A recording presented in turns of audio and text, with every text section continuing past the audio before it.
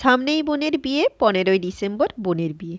সেই উপলক্ষে বোনকে দিতে হবে আইবুড়ো ভাত, আর তার জন্য আজকে সকাল থেকে বাড়িতে শুরু হয়েছিল তোড়জোড়। সকাল সকাল বেশিরভাগ রান্নাই আমি কমপ্লিট করে নিয়েছি, আর এদিকে রান্নাবান্না এখনও একটু বাকি, সেটা আমাদের মাসি করছে। আর এদিকে আমি স্নান করে ছোটো বোনের হেল্পে সাজিয়ে নিয়েছি একটা ছোট্ট করে তত্ত্ব। এখানে আছে শাড়ি আর কিছু কসমেটিক, যেটা দিলাম বোনকে পরার জন্য। ততক্ষণে রান্নাবান্নার শেষে একটু ডেকোরেশন করে নিলাম, যেখানে আইবুড়ো ভাতটা বসে খাবে। জীবনে প্রথমবার আমি নিজের হাতে আইবুড়ো ভাতে সব কিছু সাজিয়েছি। আর কি করে আইবুড়ো ভাতের নিয়মকানুন করতে হয় ঠিক জানি না, তবে যতটুকু নিয়ম জানি সেভাবে করে ফেললাম।